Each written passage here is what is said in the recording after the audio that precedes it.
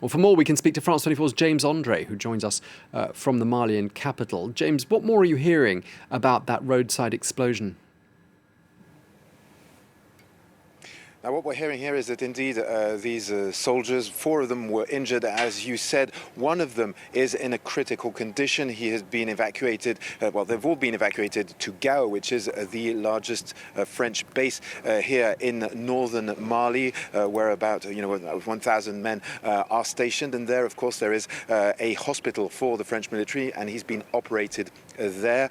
He is going to be moved back to France in the hours to come, as well as 2 of the other injured soldiers. The 4th one is now in a stable condition, and there's no worries about him. But 3 of these soldiers are being exfiltrated, 1 in critical condition. As you know, IEDs are a huge problem when it comes to circulation of soldiers here in this Sahel region. And this was a reconnaissance mission. It was a vehicle that was only lightly armored, and indeed, these 4 soldiers were caught. Now, no one knows for now who is behind this attack, because this is a region where there are a lot of operations by jihadi groups, which are affiliated for some to Al-Qaeda, for others in a lesser proportion to the Islamic State group.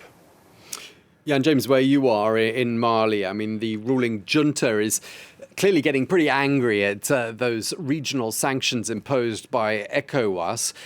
They've got the support of France, haven't they, those sanctions, and that's really strained relations even further between Bamako and Paris.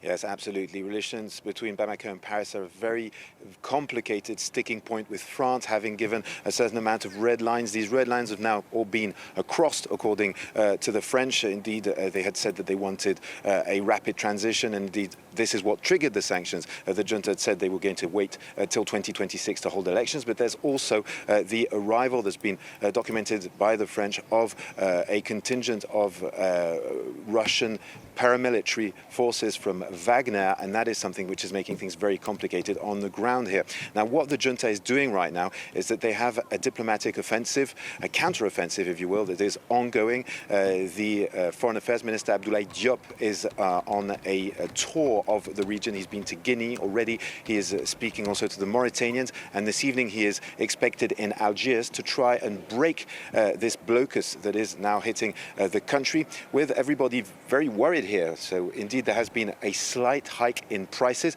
but people are worried that this could get a lot worse. And of course, there is the big question of the salaries of civil servants here in the country, and of course the military and police, that no one knows if the state will be able to pay them, because indeed the Mali's financial assets have been frozen with these sanctions, and that of course is something which is very, very difficult to overcome.